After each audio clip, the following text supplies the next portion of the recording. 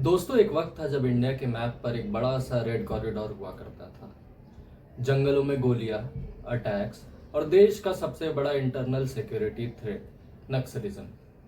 लेकिन फिर recently independence day के दिन रेड फोर्ट से पीएम मोदी ने एक ऐसी बात कही जिसने इंटरनेट और पॉलिटिक्स दोनों का टेम्परेचर हाई कर दिया। हथियारी नक्सल तो गए, लेकिन दिमागी नक्सल मौके की तलाश में है। इन दिमागी नक्सलियों को पहचानना होगा, इन दिमागी नक्सलियों को आइसोलेट करना होगा। अब इस स्टेटमेंट के बाद से ही असली बवाल शुरू हुआ। जहां कुछ लोग इस स्टेटमेंट को प्रेस करते नजर आए, वहीं पे बहुत से लोगों ने इसे हाईली क्रिटिसाइज भी किया है। तो चलिए देखते हैं, आज हम इस वीडियो में समझेंगे कि नक्सलिज्म शुरू कहां से हुआ, इसका इंडिया में करंट स्टेटस क्या है और ये दिमागी नक्सल का पूरा बवाल आखिर है क्या। Welcome to legal imagination.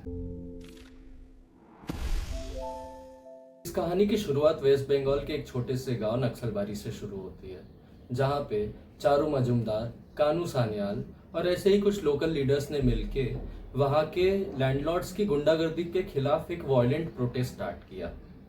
इस पूरे प्रोटेस्ट की आइडियोलॉजी माओइस्ट आइडियोलॉजी थी, यानी कि हथियारों के दम पे सरकार को उखाड़ फेंक देना।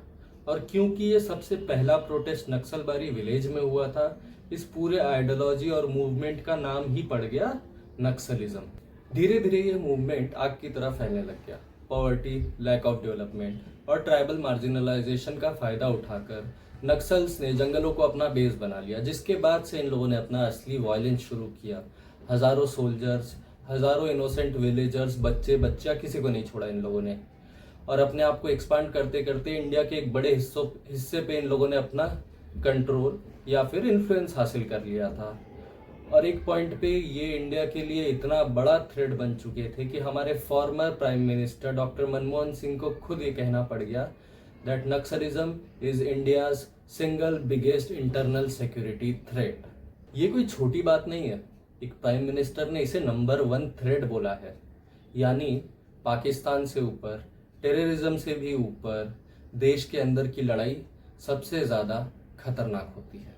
भारत तेरे टुकड़े होंगे इंशाअल्लाह, इंशाअल्लाह। भारत तेरे टुकड़े होंगे इंशाअल्लाह। तो क्या आज भी नक्सल्स उतने ही पावरफुल है?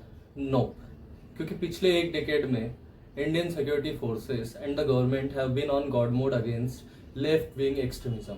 अगर डाटा की माने तो नक्सल अफेक्टेड डिस्ट्रिक्ट्स जो 2014 में 126 हुआ करते थे, वो अब घट के सिर्फ 18 के आसपास बचे हैं। और मोस्ट अफेक्टेड डिस्ट्रिक्ट्स तो सिर्फ 3 बचे हैं। गवर्नमेंट ऑफ इंडिया ने ऑपरेशन समाधान और डेवलपमेंट स्कीम्स का एक डेडली कॉम्बिनेशन यूज किया।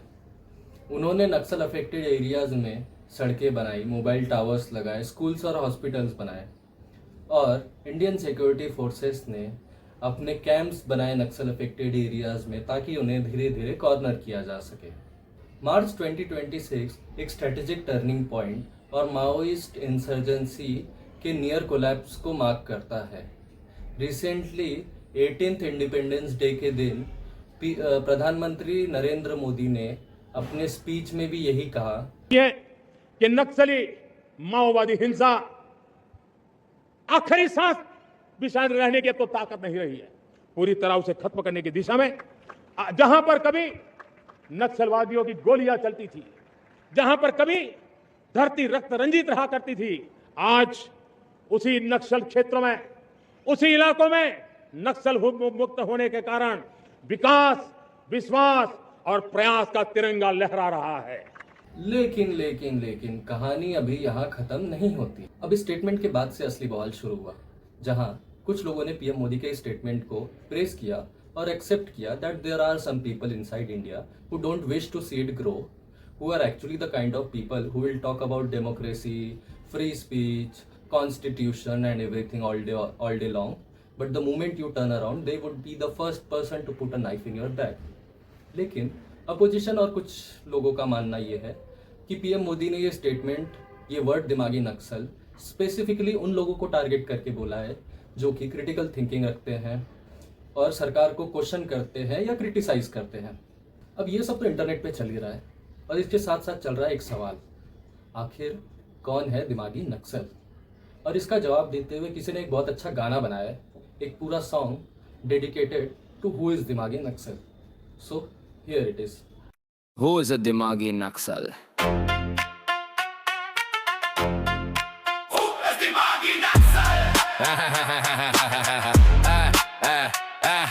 Glorifies armed rebellion, calls violence a think peace buffet, mourns for terrorists but quizzes our soldiers like it's Viva Day, calls terror misguided India, judicial killing on repeat, goes abroad to do brand Bharat dirt cheap. Tell me who the nation wants to know.